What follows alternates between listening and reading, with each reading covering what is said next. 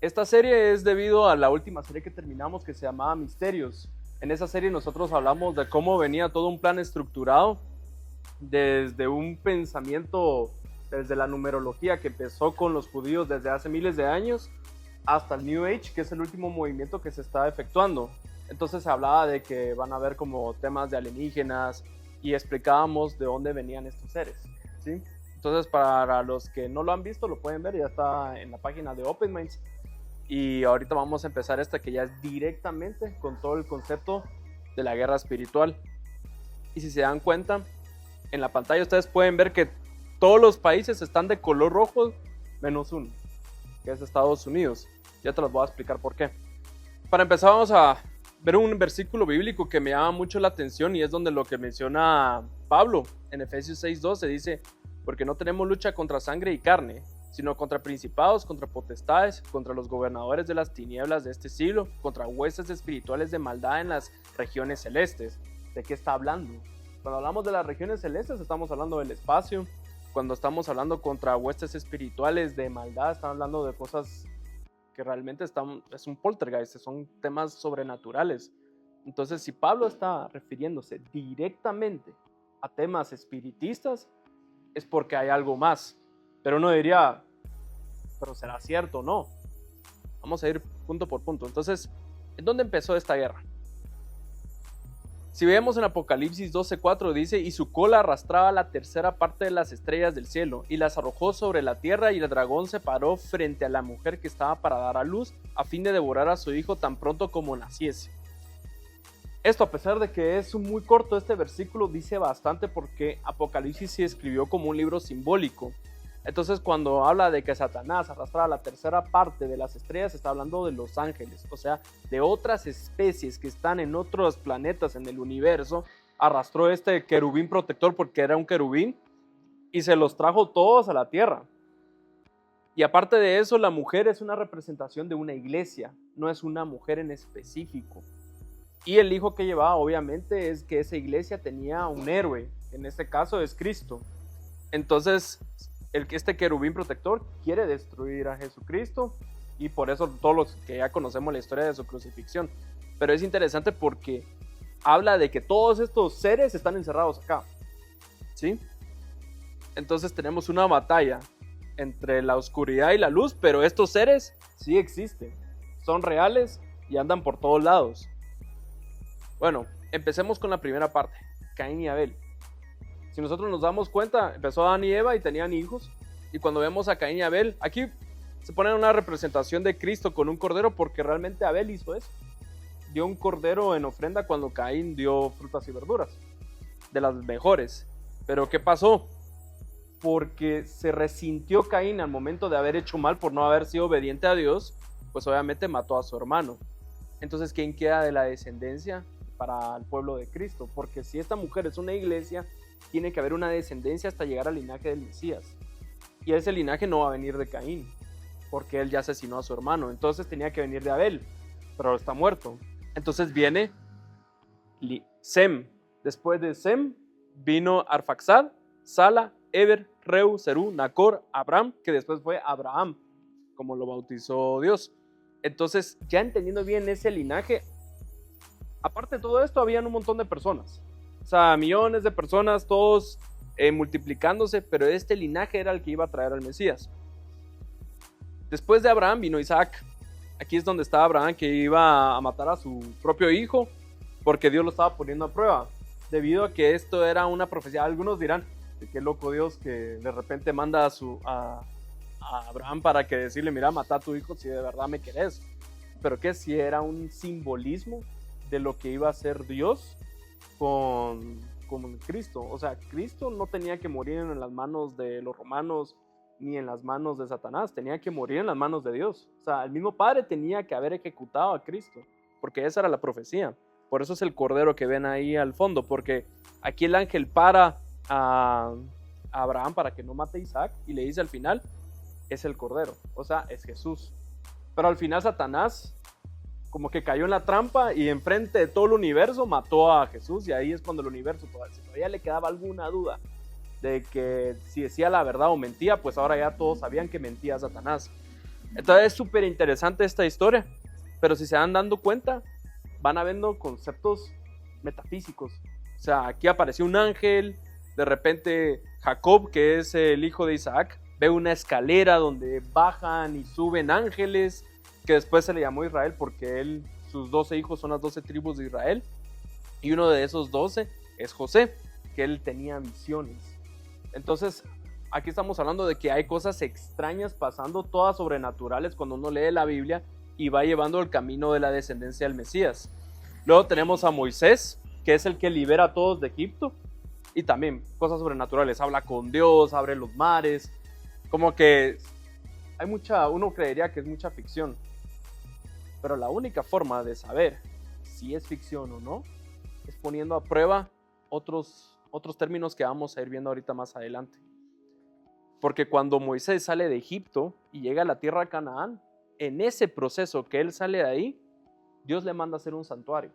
Y quiero que todos presten atención a esto, porque ¿qué tiene que ver una fachada arquitectónica hecha en un campamento donde Dios le dice a su pueblo, y yo quiero habitar con ustedes, yo quiero tener una relación con ustedes, y lo hace a través de este santuario? Este santuario es lo que revela realmente la existencia de Dios, la existencia del maligno y lo que estamos viviendo, ¿sí? Entonces actualmente nosotros hoy tenemos que entender que este santuario, yo se los voy a poner en resumen porque no les voy a dar todo el estudio, ya que es un estudio muy profundo, pero en pocas palabras es el plan de salvación. Y uno diría, ¿y dónde está Jesús? Porque solo murió, resucitó y se fue. Y nos dejó aquí todavía nosotros sufriendo y torturándonos. No es por eso, es porque este santuario tiene una planificación. Entonces Jesús tenía que ir a terminar esa planificación en un santuario que queda en el cielo. Entonces por eso les puse ahí el universo donde Jesús ahorita está expiando los pecados de todos nosotros con su propia sangre. Viene Dios y como sabe que todo el mundo está contaminado de pecado y tiene ese linaje donde venía el Mesías, hay una parte bien interesante, y es que después de Moisés, Moisés no entró a Israel, realmente murió antes, pero fue Josué el que logró entrar en las tierras cananeas, y yo lo pinté ahí de azul, aquí cerca del mar Mediterráneo, donde ya fue la tierra de David, y este fue el Israel como en su época de oro, pero este era el pueblo elegido de Dios para que todas las naciones entendieran que era ejemplo para todos regresar con una relación con Dios. Algo que no pasó porque mismo Israel cayó en pecado después. Para los que ya se saben la historia, para los que no, en la Biblia es súper interesante y un poco frustrante cómo la gente vuelve a caer y vuelve a caer. Entonces aquí es donde comienza la guerra. ¿Por qué comienza la guerra aquí? Y es por Salomón. Y uno diría que tiene que ver el hijo del rey David con un aspecto arquitectónico. ¿Por qué? Porque Salomón tenía que construir ese campamento, lo iba a hacer un templo, el famoso templo de Salomón. Entonces Salomón aquí, yo lo puse a él aquí de azul, y el que está aquí al lado es un arquitecto que él consigue. Él está de color rojo. Entonces quédense con esos colores en la cabeza, porque en el momento que él construye este templo, resulta ser que este arquitecto que se llama Hiram Abib de Tiro es un fenicio. No es 100% israelita. Su madre era israelita, era hebrea, pero su padre era un fenicio. Entonces tenía como costumbres, por así decirlo, paganas, y tenía costumbres de la región de Israel, de los hebreos. Entonces cuando hacen la construcción del templo, llama la atención que hay unos decorados que están adicionales en ese templo, que no fue lo que Dios pidió en el campamento del santuario original. Porque Dios en el Éxodo menciona en ese campamento del santuario las medidas exactas de cómo tenía que ser ese santuario. Pero ustedes cuando ya ven este templo ejecutado, hay ornamentos, porque dicen todo eso, está en el libro de Reyes y Crónicas, menciona cada uno de esos acabados que tiene este templo, que para mí, a mi respecto es adicional, o sea, son detalles innecesarios, y lo que más me llama la atención son esas dos columnas que ustedes ven ahí, porque esas columnas tienen una representación, sobre todo en la masonería, porque digamos, si ustedes ven una columna de estilo jónico, que es la que ven aquí al lado izquierdo, representa a Salomón y representa la sabiduría. Ustedes ven la segunda, que es estilo dórico, representa la fuerza y representa a Hiram, rey de Tiro. Ojo, no lo confundan, está Hiram, rey de Tiro, y está Hiram Abib, el arquitecto, que es el que tiene la representación de Corintio ahí en esa columna, y representa la belleza. Si ustedes pasan por logias masónicas, sobre todo creo que aquí en Guatemala está la de San Marcos, si algún día pasan a ver, porque es un lugar muy, muy representativo de la región de San Marcos, tiene exactamente el estilo corintio, el de Hiram Abiv, que representa la belleza. Entonces, esta construcción del templo lleva a esos dos pilares, que uno es de representación de Jaquín, y el otro es de Boaz. ¿Y por qué tiene una gran representación masónica? Porque realmente masón significa albañil. Y el free es libre, obviamente. Entonces, la masonería libre, que viene de Freemason, es prácticamente un albañil que no viene por contrato, sino más bien un albañil que quiere una construcción sobre la sabiduría, el conocimiento y dar ejemplos a los demás humanos para que ellos vayan reconstruyendo y perfeccionando todo. O sea, sobre todo perfeccionando el conocimiento de uno. Entonces, y estos son varios de sus símbolos que los van a encontrar en cualquier logia masónica. Pero esta construcción del templo llama la atención que Salomón, siendo hebreo, él sabía lo que tenía que construir para Dios. Sin embargo, Hiram Abiv tiene una mezcla de tiro y de hebreo. O sea, le gustó lo que había que construir para Dios, pero al final es más una representación mística de la perfección humana. Entonces es un concepto totalmente humanístico. Entonces esas son las dos diferencias de estos templos, tan diferentes que hasta las direcciones son diferentes en las que se posicionan. Digamos, cuando se construye este santuario que fue el que Dios mandó, se construye hacia el occidente, mientras los santuarios masónicos se construyen hacia el oriente. Entonces, por así decirlo, uno es espejo del otro, con equivalencias, pero con diferencias también. ¿Por qué? Porque Satanás siempre quiere imitar a Jesucristo. Entonces, ¿por qué es tan importante que ustedes se lleven esto? Porque esto lo van a ver en todos lados. Lo van a ver en las iglesias, lo van a ver en los gobiernos, lo van a ver en un montón de logias masónicas, a donde vayan, a un museo, a un aeropuerto, a un cine, al teatro. Pongan atención a los simbolismos, porque esos simbolismos retratan la equivalencia del santuario de Israel. Entonces ahí es donde uno dice, ¿de verdad existe Dios? Porque ¿cómo es posible que todo el mundo tenga las mismas estructuras y la misma composición que viene todo de la Biblia? Entonces, pero todo twisteado, por así decirlo, todo alterado. Y es porque también, solo rápido les voy a decir esto, afuera de este santuario se ponían dos machos cabríos, y los machos cabríos son iguales. No hay distinción de los dos machos cabríos. Entonces tiraban una moneda al azar para saber quién iba a ser el ejecutado.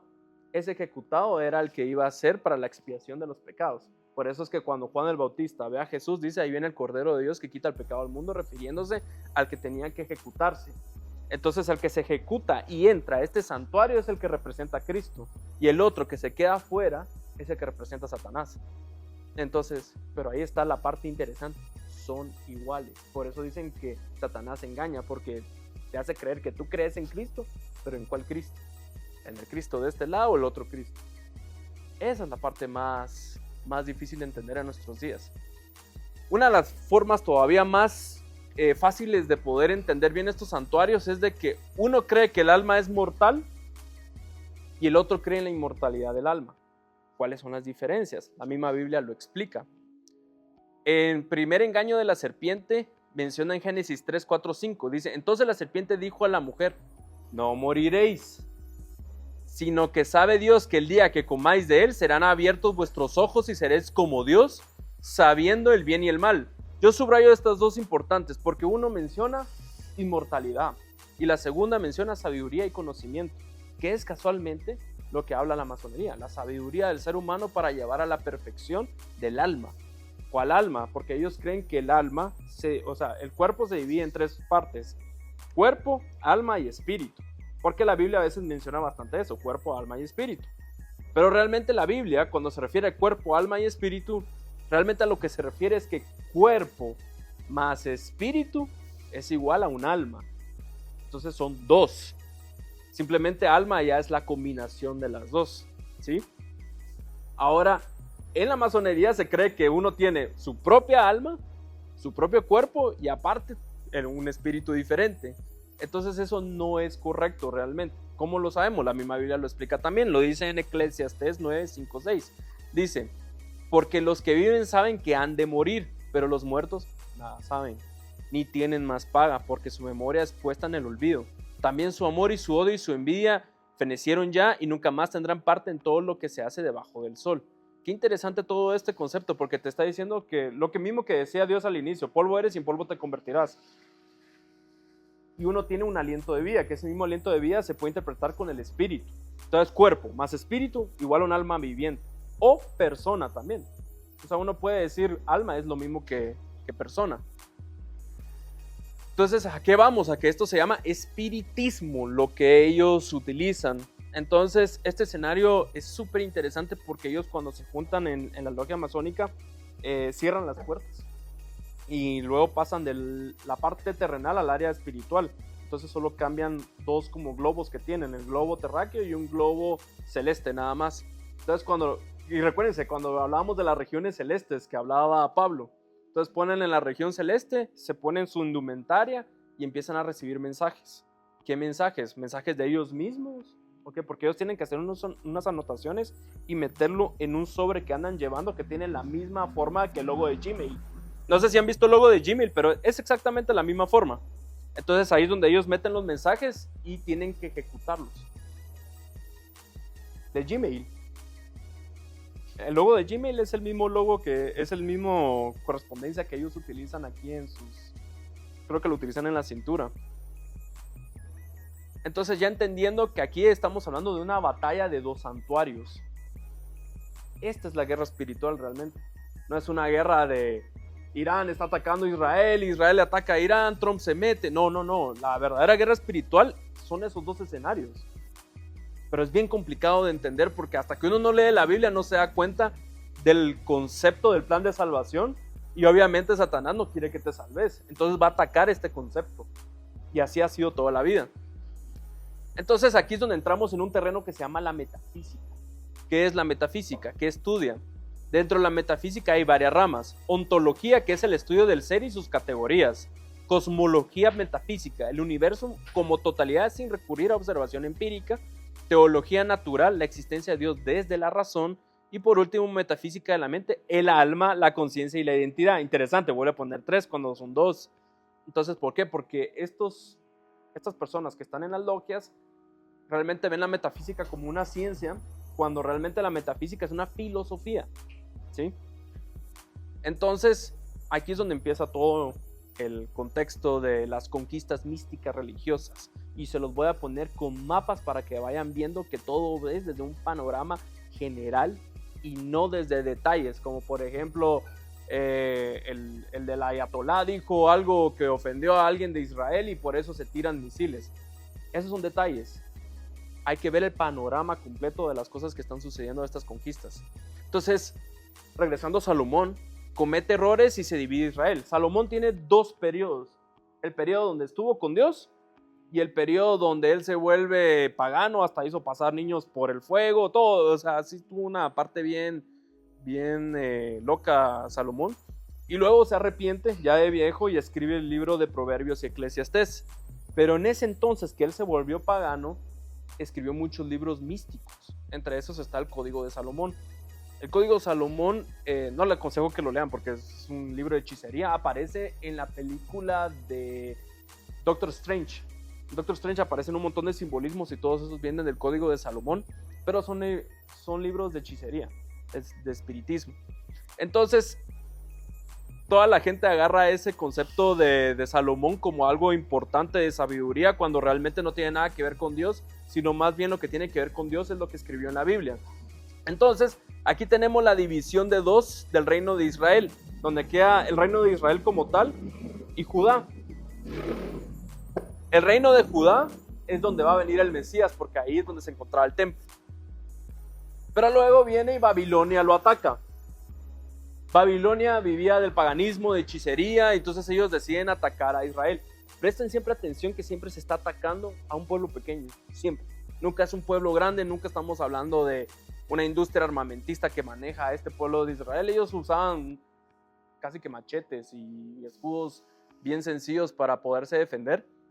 Entonces el imperio de Nabucodonosor, que era Babilonia, lo lograron conquistar. y el gobierno de este Nabucodonosor era teocrático. ¿A qué se refiere teocrático? Es de que el líder es un líder religioso y lo que diga el líder religioso, eso se hace. Si yo vengo mañana, yo soy el líder religioso de una nación teocrática, entonces yo puedo decir, a mí Dios me dijo que lo mataran y se mata a esa persona.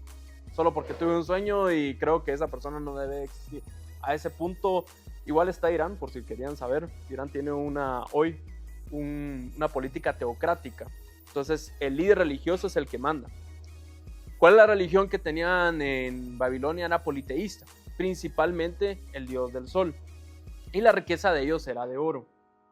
Y tenían sus pirámides y todo. Luego, a Babilonia lo conquistan los medos y los persas. Cada vez se va volviendo un imperio más grande al que conquista al más pequeño, como el pez grande que se come al pez pequeño. Y también conquistan obviamente el reino de Judá, porque yo estaba bajo Babilonia y ahora cae Medo-Persia, sigo siendo esclavo, pues, o sea, yo no voy a salir hasta que no me pueda independizar por mi propia cuenta. Y el que lo conquistó fue Ciro. Su gobierno era de monarquía, no era tanto teocrático, pero sí tenían como la religión algo importante, entre eso el mitraísmo y el zoroastrismo. El mitraísmo es donde viene el concepto de niveles. Lo que hacía esta gente es que se iba a meter a una cueva y iban con sus gorros así como de pitufos. Los pitufos, ese gorro de los pitufos es un gorro de mitraísmo y es muy bien conocido en el área de la masonería, porque ellos empiezan a subir los niveles para poder llegar a ese grado de perfección. Tanto así que se adoptó ese mismo esquema para los estudios, porque Dios nunca nos mandó a estudiar o ir al colegio o cosas así. Realmente nosotros estamos optando por un sistema que viene del mitraísmo, de un tema pagano. Y la riqueza de ellos era la plata. Luego, Grecia conquista. Miren cómo va creciendo los imperios. Y realmente no era Grecia en ese entonces, se llamaba Macedonia por Alejandro Magno. Y logran conquistar toda esa área, tanto de Asia y una parte de Europa, cerca de todo el Mediterráneo, y entre esos el reino de Judá también. Entonces Alejandro Magno tenía un gobierno de oligarquía o democracia. Grecia manejó esos dos tipos y la religión era politeísta. Todos ya conocen a Zeus, a Afrodita, etc. La riqueza de ellos era el bronce, tanto así que todos sus escudos eran de bronce. A ellos les llamaban el mar de bronce cada vez que conquistaban los lugares. Y por último de Roma. Si se dan cuenta, Roma todavía ocupa mucho más territorio. Entonces estamos viendo una serie como de Fibonacci, que viene Babilonia, después Medo-Persia, después Grecia y después se va hasta Roma. Y después tiene que pasar el mar para otro lado. Ahorita vamos a ir para ese otro punto. Pero lo interesante es que cuando se conquista a Judá, el reino de Roma, es cuando aparece este gobierno de la República Democrática. La religión de ellos también era politeísta, muy parecida a la de los griegos, solo que le cambiaron los nombres, como que diciendo, te voy a copiar esto, pero lo voy a poner yo mis propios nombres. Entonces al dios de Apolo, que era de los griegos, yo le voy a poner el dios Invictus, que es el dios del sol de los romanos. Y así, y todos los nombres de los planetas que tenemos en el sistema solar vienen de los dioses romanos: Júpiter, Saturno, Urano, Neptuno y Plutón, ¿verdad? La riqueza de ellos era el hierro, que ellos aprendieron a utilizar el hierro y también descubrieron el concreto, que lo utilizaron de la ceniza volcánica, armaron sus fórmulas y así es como ellos crecieron su imperio. Entonces, si se dan cuenta, Israel aquí ha pasado perjudicada por todos estos gobiernos, pero hay un renacer espiritual en la época de Roma. Jesús aparece como el Mesías que llega a rescatarnos para hacer la expiación de ese plan del santuario que les comenté al inicio. Entonces, ahí su crucifixión y resurrección de Jesús, y luego se retira para terminar el plan de salvación y deja al Espíritu. Ese día se le conoce como el Pentecostés. Entonces, ¿qué hacen los 12 apóstoles? Se van por todas las regiones del mundo, porque ahora ya no hay un pueblo elegido, sino ese pueblo elegido termina su tiempo y ahora todos los gentiles pueden acceder a la palabra de Dios y todos pueden ser parte de ese Israel espiritual.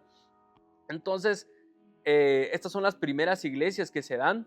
Está la de Éfeso, Esmirna, Pérgamo, Teatira, Sardis, Filadelfia y la Odisea. Y lo interesante es que tiene como una forma de candelabro. ¿Por qué? Porque en el lugar santo, el santuario, había un candelabro.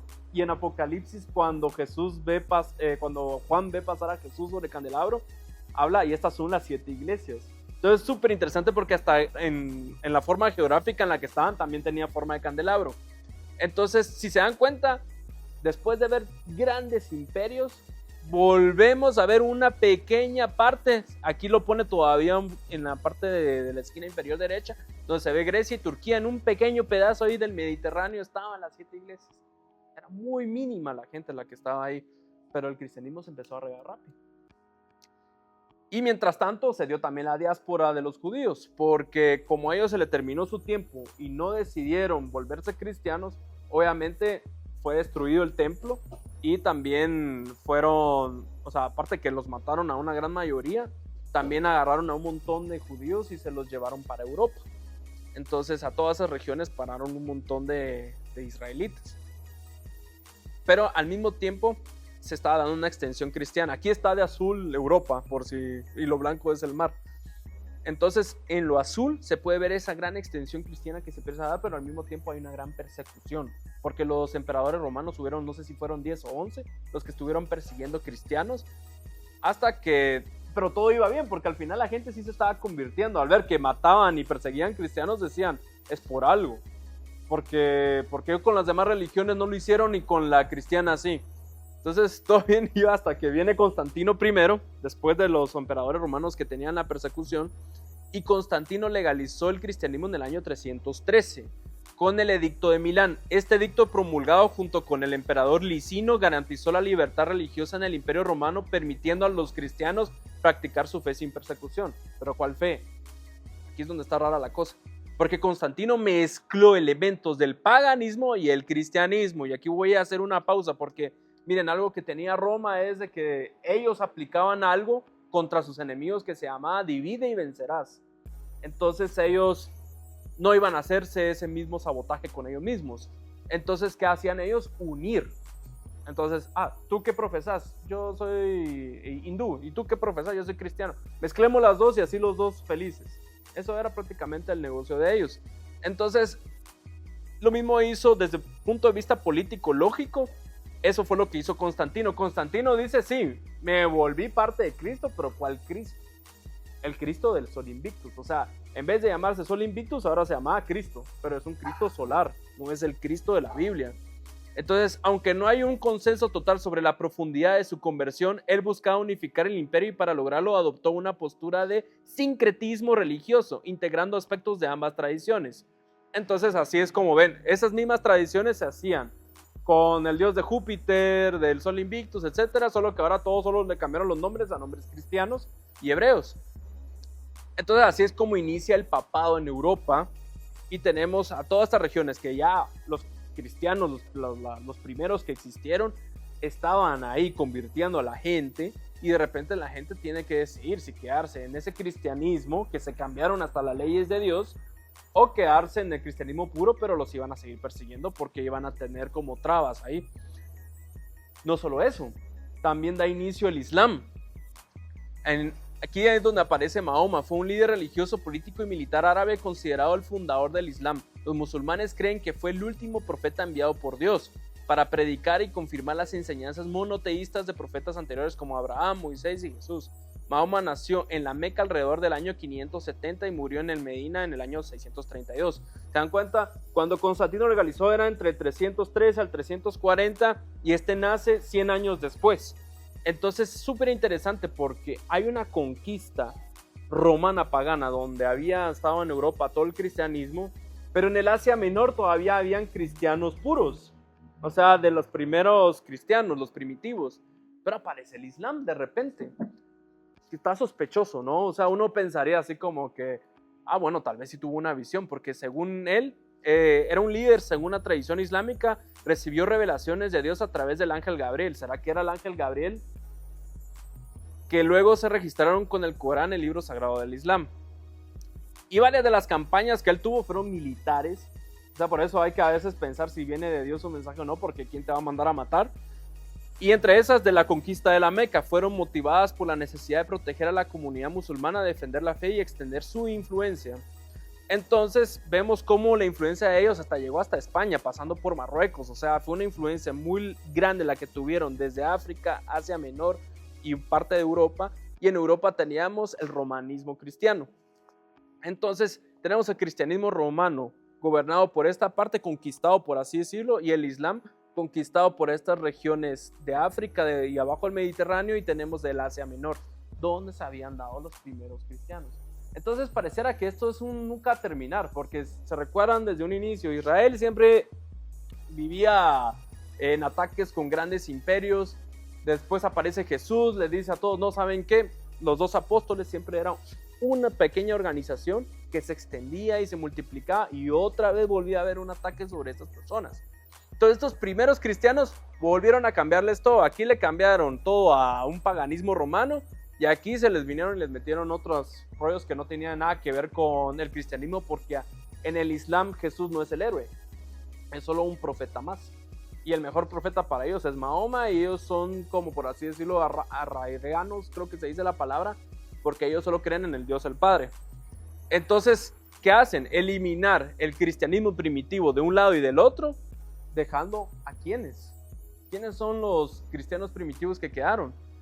Pues esos puntos amarillos que ustedes ven en Europa son altas montañas que quedan en los Alpes suizos, entre Italia, Suiza, en algunas regiones de Francia. Entonces, esos eran los cristianos primitivos que no quisieron ajustarse ante Roma y se quedaron hasta arriba de la montaña y seguían predicando y evangelizando. Pero si se dan cuenta, siempre era un pequeño grupo que le llamaban las personas de los valles o vallenses. Después se le cambió el nombre a valdenses. Entonces esos cristianos seguían manteniendo los 10 mandamientos con los que guardó Jesús y seguían predicando la palabra de Dios tal cual eran los escritos que habían dejado, y no las modificaciones que hizo el papado, porque el papado hizo muchas modificaciones a la Biblia, pero estas personas sí tenían los escritos originales, sobre todo los de hebreo, arameo y griego. Entonces, pero se odian estas grandes religiones descendientes de Abraham. ¿Ustedes creen que los judíos, los islamitas y los cristianos de Roma se odian entre ellos?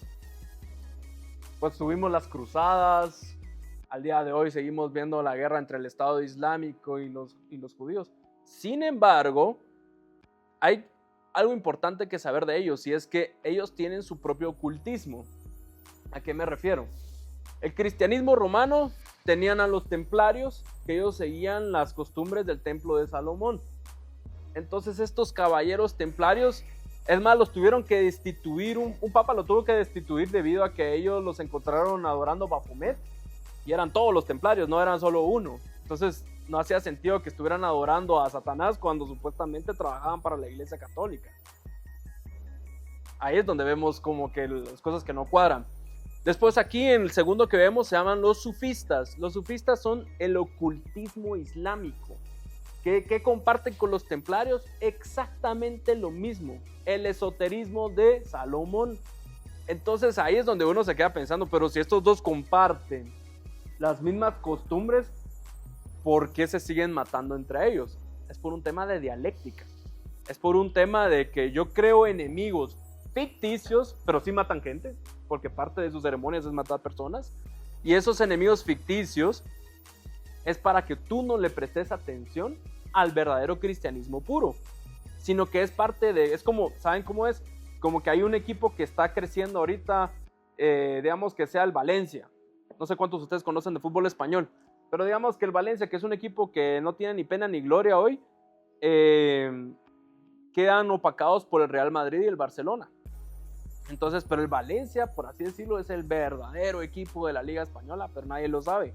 ¿Por qué? Porque todo el mundo está enfocado en el Real Madrid y en el Barcelona. Esa es una dialéctica. Entonces todo el mundo está enfocado en la guerra entre los judíos, entre los islámicos, entre los cristianos católicos, cuando realmente esa es la gran dialéctica que existe, y no me enfoco yo realmente en la palabra de Dios, en la verdadera palabra de Dios. Entonces estas personas se están atacando fuera, pero dentro son amigos. ¿Dónde lo pueden ver? En la película Cruzada con Orlando Bloom. Se los recomiendo que la vean. Está en Prime. Y ahí es donde se ve que él se lleva muy bien con el otro árabe, que no me recuerdo el nombre de él, pero ellos dos son cuates al final, porque los dos pertenecen al mismo círculo esotérico, pero viven en guerras porque eso es parte del plan de ellos. Y también están los judíos cabalistas. Eso también es un esoterismo ocultista que existe dentro de los judíos, tanto así que ellos fueron los que crucificaron realmente a Jesús. Porque ellos no adoraban a Jesús, adoraban la numerología y el cabalismo que les daba prosperidad a ellos, misticismo y todo eso. Entonces es súper interesante. Entonces, afuera, en el exoterismo, porque exo es de afuera, son enemigos.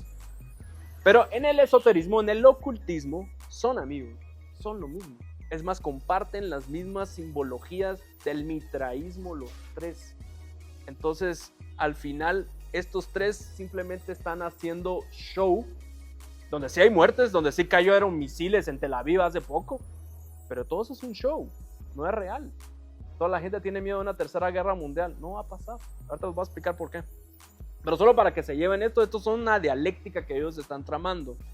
Entonces, y todos son parte del mismo santuario. No tienen nada que ver con el santuario bíblico que les mostré, sino es el otro santuario. Interesante porque este mira hacia el sol. Y todo el mitraísmo tiene que ver con el concepto de la adoración solar, igual la masonería. Y los principales símbolos de ellos me llama la atención porque ellos tienen el ojo que todo lo ve en el centro y aquí está el trono. De un lado está el sol. Interesante porque el logo de los jesuitas, que son los de la contrarreforma, los que están en contra de los protestantes, los que defienden la palabra de Dios, ellos tienen un sol que tiene las letras IHS, que en latín significa Iesus hominem salvatore, que significa Jesús hombre salvador.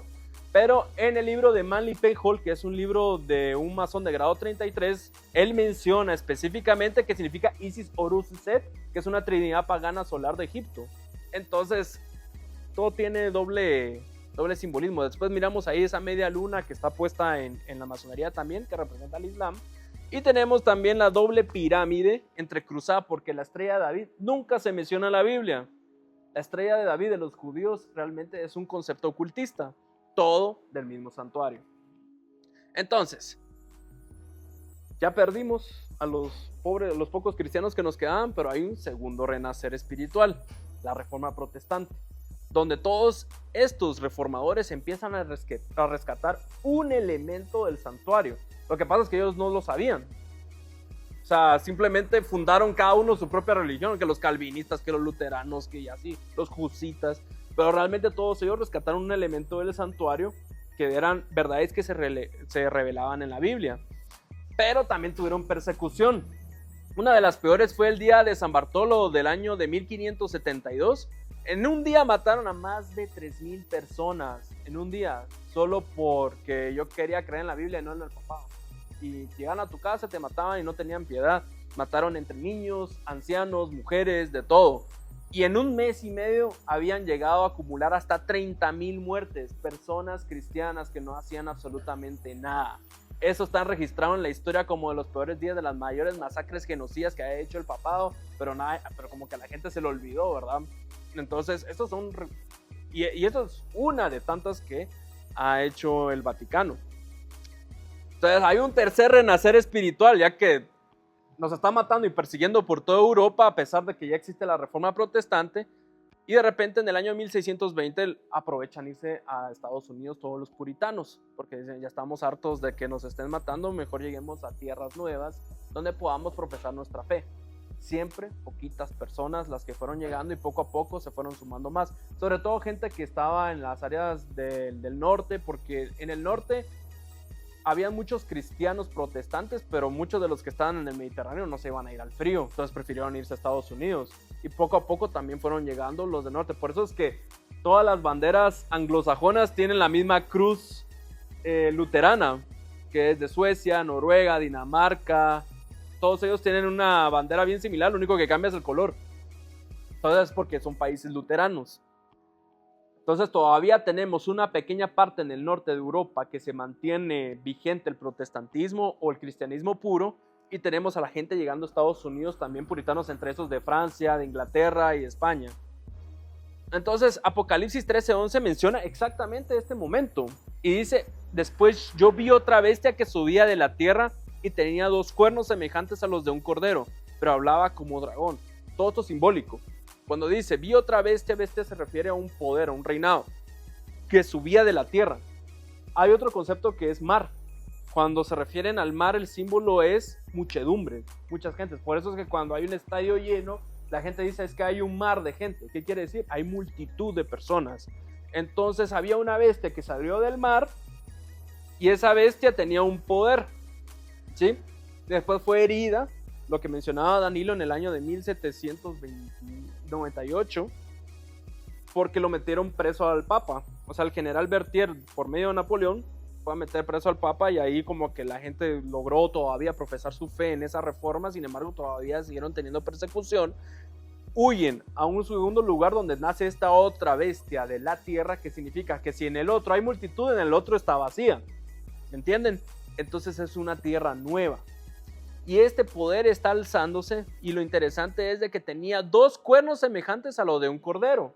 Entonces aquí hay 2 temas interesantes. Los cuernos representan poder. Cuando ustedes, algún día cuando hagamos el estudio del santuario, hay unos cuernos que están puestos en varios muebles, y esos cuernos siempre han representado poder. Y dice que parecía de cordero. ¿Quién era el cordero de Dios? Jesús, ¿no? Entonces estamos hablando de que gente puritana entra a un poder nuevo dentro de otra región.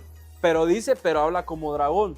Cuando dice habla, es la voz del pueblo. ¿Quién es la voz del pueblo hoy en día? El presidente, el gobierno. Entonces es súper interesante porque a pesar de que es un pueblo puritano, sus representantes no lo son. ¿Cómo así? Entonces, esta es la gente que llegaba, súper cristianos, puritanos, pero hablan como dragón. ¿Quién hizo la independencia de Estados Unidos? George Washington, Benjamin Franklin, John Adams, y un montón de personas que estaban dentro de la masonería y lo decían tal cual. O sea, George Washington era una de las personas que fue como más sincero en mencionarlo, de que él era un masón de grado 33, y todos ellos aparecen en los billetes de Estados Unidos. Entonces ellos eran los representantes de ese poder de cordero, pero ellos hablan como dragón. ¿Por qué? Porque son parte del otro santuario. Recuérdense eso, cuernos de cordero, habla como dragón. Pero lo interesante es la primera enmienda, porque la primera enmienda dice el Estado no puede estar unido con la iglesia, o sea, la teocracia. Porque cada vez que hay teocracia, vuelan cabezas. ¿Por qué vuelan cabezas? Porque si yo soy de una religión y vamos a poner mi religión oficial en mi país y hay alguien que no es de mi religión, yo puedo hacer lo que quiera con esa persona porque yo soy la ley, él no. Entonces esa persona pierde, a menos que se vuelva de mi religión. Entonces, ¿qué dice la primera enmienda? Cada quien es libre de ejercer su religión, no importando si sos judío, musulmán, chamán, satanista, no importa. Cada quien puede hacer lo que se le dé la gana con su religión. El Estado protege a esas personas su libertad. Esa es la primera enmienda. Entonces, esto como que no le gusta mucho al sistema romano. ¿Por qué? Porque el sistema romano quiere recuperar el poder que lo tuvo en la época feudal. Casualmente lo que hablábamos de los 1260 años que mencionaba Danilo. Entonces, este es el mapa global como está actualmente. Por eso es que Estados Unidos sigue en azul, porque todavía ustedes pueden llegar ahí y no van a tener persecución y van a ser defendidos por el ejército, por la ley, si ustedes profesan cualquier religión. Sin embargo, porque obviamente una de las causas principales de un verdadero cristiano es el libre albedrío. Dios no te impone a que tú lo adores, porque Dios es amor y Él te da la libertad de escoger si querés o no estar con Él. Pero ¿qué hacen los demás países? Aunque yo fuera cristiano, yo no tengo el derecho, como buen cristiano, yo no tengo el derecho de imponer mi ley. Cada quien tiene que escoger, es una relación personal con Dios. Entonces Estados Unidos al día de hoy sigue respetando eso. Los demás países no, porque aunque hayan países que dicen ser laicos, tienen mucho poder. Roma tiene demasiado poder. Es más, Guatemala es uno de los países que todavía ustedes pueden meterse a investigar, dice oficialmente católico. Tan así que cada vez que sale una encíclica papal, a pesar de toda la corrupción que puede tener nuestro país, las encíclicas las respetan. Sacó la encíclica al Papa Francisco sobre Laudato Si del cambio climático y en 3 o 4 meses ya teníamos botes de basura de orgánico, no orgánico, reciclable y todo eso. ¿Por qué? Porque lo dijo el Papa. Entonces, y me da mucha risa porque como dicen siempre el comentario, ni que fuera el Papa para que me esté pidiendo esto. ¿Por qué? Porque de ahí viene. O sea, el Papa tiene la última autoridad en estos países, menos por el momento Estados Unidos. Entonces, los espiritistas comienzan plan de eliminación bíblica porque no les interesa la Biblia, porque Satanás siempre ha atacado la Biblia. Entonces, uno de estas personas, y a este punto era donde yo quería llegar bastante, porque no sé cuántos de ustedes conoció a Albert Pike o sabe de la información de Albert Pike, pero este fue un masón de grado 33 en Estados Unidos que vivió en el año entre 1809 a 1891 y fue un abogado militar confederado, escritor, poeta y uno de los más influyentes masones del siglo XIX en Estados Unidos. Nació en Boston, Massachusetts, hablaba 16 idiomas, imagínense qué loco, y tenía formación en literatura clásica, filosofía y derecho. Era un general confederado durante la Guerra Civil estadounidense, o sea, era soldado, y figura central en el rito escocés antiguo y aceptado de la masonería, donde llegó a ser soberano, gran comendador del Supremo Consejo del grado 33 en Estados Unidos. Tiene posición de LinkedIn este chavo, porque sí, está muy larga. Su obra más conocida es Morals and Dogmas of the Ancient and Accepted Scottish Rite of Freemasonry, Dogmas y Morales, de un libro de la masonería que salió en el año de 1871. En la página 321 de ese libro, él menciona: Lucifer, el portador de luz, nombre extraño y misterioso, para darle al espíritu de la oscuridad. Lucifer, hijo de la mañana, es el quien porta la luz y con sus resplandores intolerables ciega a las almas débiles, sensuales o egoístas. No lo dudes, sí, Lucifer es Dios. O sea, y eso se lo dicen a las personas cuando llegan al grado 19 en la masonería. Entonces ya entendemos que el otro santuario que está ahí es en contra del santuario de la Biblia. ¿Cómo sé si yo que existe Dios? Por eso, no por otra cosa. No necesité que se me apareciera un ángel, no necesité que se me dijeran que se moviera, o no necesité un milagro como tal. Simplemente con saber que el mundo se desempeña con el santuario romano, quiere decir que existe el santuario de Israel, el que está en la Biblia, el que quiere destruir el romanismo. Entonces, y estos romanistas del santuario de la masonería buscan destruirlo. Entonces, hay una carta que lanzó en el mismo año, en agosto de 1871, que se lo mandó a un italiano que se llamaba Giuseppe Mazzini. En la sección A vuelve a decir, sí, Lucifer es Dios y lamentablemente también lo es Adonai, que se refiere a Jesús. Pero el Dios verdadero es Lucifer, dice. Y la verdadera religión filosófica pura es la creencia en Lucifer. Él, igual que Adonai, pero Lucifer, Dios de la luz y del bien, está luchando por la humanidad contra Adonai, el Dios de la oscuridad y del mal. O sea, le dio vuelta, ahora Jesús es el mal. ¿Por qué? Porque aquí Satanás está vendiendo su versión de la historia.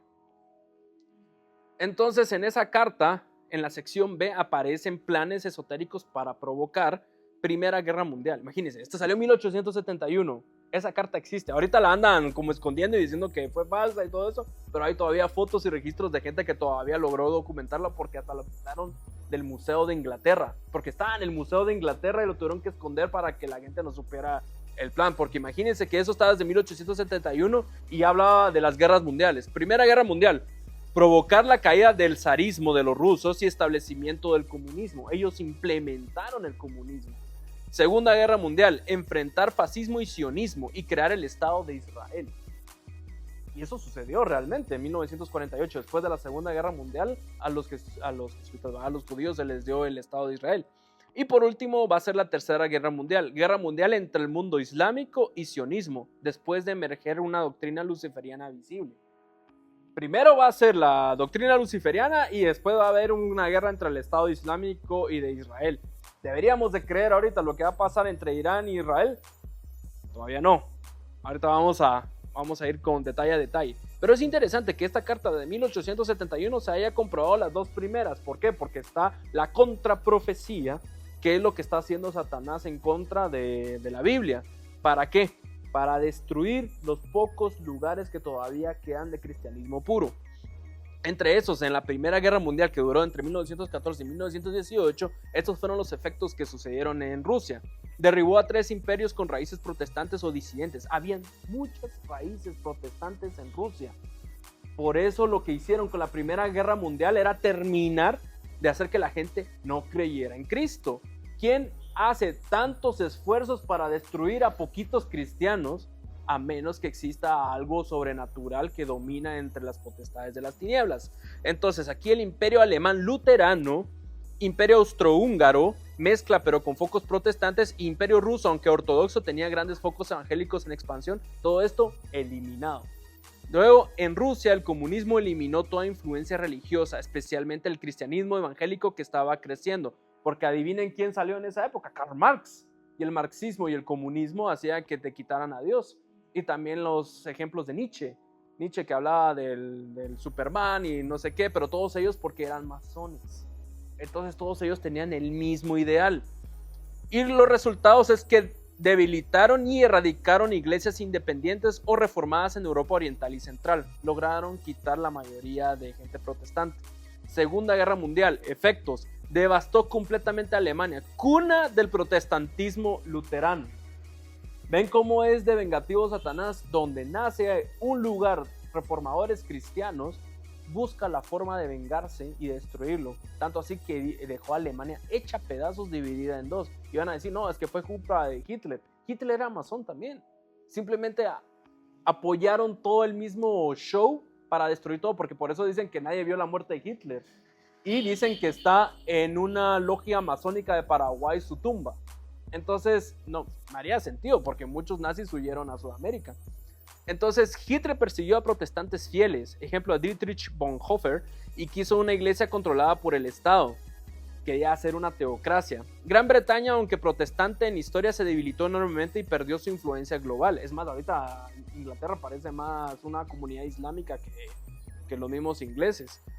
El Estado de Israel fue fundado cumpliendo otro punto clave del plan atribuido a Pike, y los resultados es que debilitaron las naciones protestantes, reorganización de Europa bajo una estructura más secular y centralizada. Ustedes van hoy a Alemania, van hoy a Inglaterra, y todo eso ya no hay tanta gente protestante como lo había antes. ¿Por qué? Porque todos esos puritanos desaparecieron. Los pocos que quedaban se fueron a Estados Unidos, y los que estaban dentro de esas naciones hubieron estas guerras mundiales que les quitaron su religión.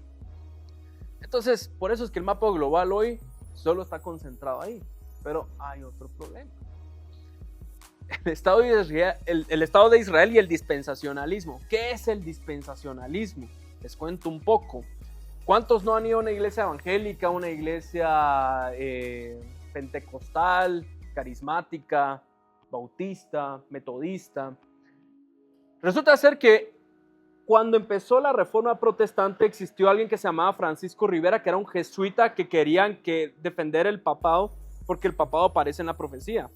Entonces la única forma de que el papado no aparezca en la profecía es tirando una profecía al futuro. Por eso a Francisco Rivera se le llama el padre del futurismo, porque tira todas las profecías que se van a cumplir en no sé cuándo, en no sé qué parte de la vida. Entonces, haciendo que las 70 semanas de Daniel, no vamos a entrar tanto en profundidad en las 70 semanas, solo la última semana, que es donde se cumplió cuando fue que Jesús resucitó, esa la tiran en el futuro, sobre algo que sacaron fuera de contexto de Tesalonicenses, donde dicen que va a salir un anticristo y todo eso, cuando el anticristo existió en el otro templo, que ya existe hoy en día y que existe en Roma, pero esa gente no quiere poner en evidencia el papado, entonces lo tiran al futuro creyendo que van a volver a poner el tercer templo de Salomón en donde está la mezquita de Israel, pero ahora ustedes ya saben que ellos son lo mismo, tanto los judíos, los católicos y los islamitas son exactamente lo mismo. No van a construir nuevamente el tercer templo, pero esas son las enseñanzas del dispensacionalismo. Entonces por eso hay gente defendiendo a Israel. Casualmente la gente que defiende a Israel, que son cristianos, la mayoría son evangélicos, carismáticos, pentecostales. Y esto no quiero como hacer sentir mal a nadie dependiendo de su religión, porque lo mismo me pasó a mí. Yo fui católico y cuando leí todo esto y estudié, pues obviamente te das cuenta que la historia tiene mucha evidencia. Entonces este Francisco Rivera muere, pero alguien vuelve a agarrar sus escritos, que fue Maitland y John Darby. Estos dos fueron protestantes, entre comillas, y agarraron las doctrinas del dispensacionalismo futurista y todavía le pulieron conceptos de Margaret MacDonald. Margaret MacDonald fue la que tuvo las visiones del rapto en Inglaterra. Y mucha gente de esas iglesias no lo saben. Yo siempre, a veces hablan de otros profetas como, es que tu profeta, vos crees en esa profeta. Pero vos crees en el rapto, sí, pues vos también crees en otra profeta que se llama Margaret MacDonald. ¿Margaret quién? Entonces ahí es cuando yo me quedo pensando así como, no has estudiado bien cuál es tu doctrina, la raíz de tu doctrina. Entonces agarran a un ex convicto, porque el brother estuvo preso, Cyrus Scofield, y Cyrus Scofield sale de prisión y habla con alguien que se llama Entenmenauer, creo que se llama el nombre, porque el clan de los Rothschild, que son masones, con Albert Pike tenían que mover eso. Entonces le financian la Biblia de Scofield, que es una Biblia de propaganda de doctrina dispensacionalista. ¿Por qué? Porque tú lees esa Biblia, la Biblia está bien, pero tiene anotaciones del dispensacionalismo y la vendieron como nunca en todo Estados Unidos, creando todas las iglesias que hoy conocemos, evangélicas, metodistas, bautistas, carismáticas, pentecostales, todas las iglesias, ustedes que van ahorita, cualquiera de Cash o la que sea, van a tener doctrina dispensacionalista por Scofield y lo que hicieron los Rothschild, por el sionismo que querían crear en Israel. Y por eso todas esas personas andan defendiendo hoy en Israel por esta propaganda que ellos hicieron. Entonces, qué locura, ¿verdad? Antes de seguirlos abrumando con información, porque lo único que quiero es que mapeen cómo está esta guerra espiritual y ahora se tiran a la agenda woke, porque una de las partes esenciales de la masonería es el orden a través del caos. Entonces ellos crean caos para generar ese nuevo orden. Entonces estos cristianos carismáticos, evangélicos que están todos en Estados Unidos, la gran mayoría, ya están hartos de la agenda woke, porque los medios de comunicación lo vienen impulsando y todo el mundo dice es agenda forzada, porque hay cosas que uno dice ya estoy harto que me quieran meter inclusión forzada, pero es parte de eso, para que la gente se enoje y diga, ¿saben qué? Implementemos leyes cristianas, porque así tal vez se mejora nuestra población, porque ya no queremos que los medios de comunicación sigan poniendo esto. ¿Qué pasa si piden eso? Se vuelven la primera enmienda. ¿Y cuáles leyes cristianas van a poner? Las de ellos, las que vienen de un jesuita, las que vienen de Roma. Ni siquiera son las leyes de la Biblia. Y como les dije, hay que defender el libre albedrío si realmente somos cristianos. Pero esta gente ya está tan harta con la agenda woke que van a forzar a poner eso. Ahí van a ver. Entonces, pero eso todavía no se está dando ahorita, pero solo para que sepan que eso es parte del plan. Entonces, ¿qué pasa ahora con Israel versus el Estado Islámico? Miren, desde 1948 andan en ataques con varios países islámicos y actualmente están con Irán, pero no pasará nada según lo que está escrito en la Biblia. ¿Dónde? Eso está en Mateo 24, 6, 8, que habla de rumores de guerra. Dice Jesús, y oiréis de guerras y rumores de guerras. Mirad que no os turbéis, porque es necesario que todo esto acontezca, pero aún no es el fin, porque se levantará nación contra nación y reino contra reino, y habrá pestes y hambres y terremotos en diferentes lugares, y todo esto será principio de dolores. O sea que ni siquiera estamos en el fin del mundo. Y si dice que esto es principio de los dolores, entonces no se puede dar una tercera guerra mundial. Yo hace poco el fin de semana la gente dice, bueno, voy a disfrutar el poco oxígeno que me queda antes de que empiece la tercera guerra mundial. Y yo solo les comentaba, no va a pasar. Y la gente, no, que sí, que la harán. Y ayer salió hablando el ayatolá que decía, no, que siempre que tranquilos con los estadounidenses y que no sé qué. Y hasta Trump salió regañando a Israel y a Irán y como que tuviera tanto poder Estados Unidos sobre ellos dos. Y ahorita ya se relajó el de Irán, aguanten, cuando quería eliminar a Israel. Entonces, yo estaba un poco feliz con mis comentarios del fin de semana. ¿Vieron? Pero ¿por qué? Porque la palabra de Dios ya lo dice. Y también está en la propia programación de ellos. Entonces, ¿cuál es el siguiente paso? ¿Hacia dónde nos dirigimos? Entonces nos dirigimos a una teocracia global o lo que famosamente se llama el nuevo orden mundial. Entonces ellos van a querer implementar su propia cosmovisión, que es totalmente satánica, pero en el día que lo hagan, nosotros ya vamos a estar preparados si conocemos bien los conceptos del santuario. Por ahorita no se aflijan, todavía hay tiempo. Lo más importante es que aprendamos un poco la historia y no ser engañados, porque hoy aprendimos algo y es que el espiritismo existe y lo ejercen un montón de personas actualmente. Si no, no habría tanta gente metida ahí. Pueden preguntarle, si ustedes tienen algún familiar en el gobierno, pregúntenle, ¿tenés que ser masón para poder entrar al gobierno? Estoy casi seguro, les van a responder que sí. Casi seguro. Entonces, estas personas están metidas ahí porque, como en una de las tentaciones de Satanás le dijo a Jesús, te puedo dar todos estos reinos, este poder, si me alabas. Albert Pike ya lo dijo, la masonería es un tema luciferiano. Entonces, si existe eso y se ha comprobado que las cartas de él se han puesto a prueba y se han cumplido, es porque seguimos en el siguiente paso y Jesús existe y va a regresar. Entonces ahorita podemos hacer el cambio. Esto a mí me ayudó un montón para poder ver el mapa del contexto general y entender bien que sí va a pasar algo, pero nunca nadie me lo había explicado así. Entonces cuando yo por fin alguien me contó bien toda esta historia, pues compartírsela a ustedes y que ustedes también puedan tomar su decisión, porque al final no vengo a convencer, vengo a ponerles la información a ustedes. Entonces va a haber una tercera guerra mundial. Es posible que se dé, pero será después del cierre de gracia y te lo explicamos con la Biblia. Por eso les digo, a mí me importa más que ustedes lleguen al cierre de gracia y sean salvos, y eso va a ser antes de una tercera guerra mundial, si es que llega a pasar. Entonces dice en Mateo 24, 15, 21, por tanto, cuando veáis en el lugar santo se refiere a un lugar del santuario, la abominación de sol adora. Interesante, ¿no? De que habló el profeta Daniel, el que le entienda. Entonces los que estén en Judea huyan a los montes, el que esté en la azotea no descienda para tomar algo de su casa, y el que esté en el campo no vuelva atrás para tomar su capa. Mas hay de los que estén en cintas y de las que creen en aquellos días. Orad pues que vuestra huida no sea en invierno ni en día de reposo, porque habrá entonces gran tribulación, cual no ha habido desde el principio del mundo hasta ahora, ni la habrá. Entonces es súper interesante porque dice primero la abominación desoladora, lo que se conoce como la marca de la bestia. Entonces primero tendría que ser la marca de la bestia, y ya después andate a los montes porque tal vez van a lanzar bombas nucleares, es probable. Yo solo digo lo que puede llegar a pasar. Pero por eso cuando ustedes miren que estén hablando de tercera guerra mundial, pues hasta que no pongan la marca de la bestia no se va a dar. Entonces primero es la marca de la bestia y ya después podemos especular cualquier cosa. Pero la cosa es prepararse para que ustedes no sean marcados. Entonces, en conclusión, todas las guerras de la historia mundial han sido de concepto religioso. No hay ni una sola que no haya tenido un concepto religioso. Entonces, a mí me da risa porque hay gente que se las quiere llevar de ateos, pero los ateos los crearon. Los creó Albert Pike con el Marx y Nietzsche.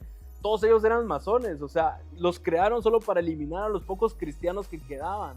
Súper interesante. Y todas esas guerras se han dado con el puro objetivo de eliminar la Biblia, de eliminar la palabra de Dios. ¿Por qué? Por ese santuario que yo les estaba comentando anteriormente. Entonces, la reflexión que quiero que se lleven es lo mismo con lo que empezamos, porque no tenemos lucha contra sangre y carne, la lucha no es entre nosotros. Si ustedes ven a alguien que se está peleando entre Israel y Irán, no se metan.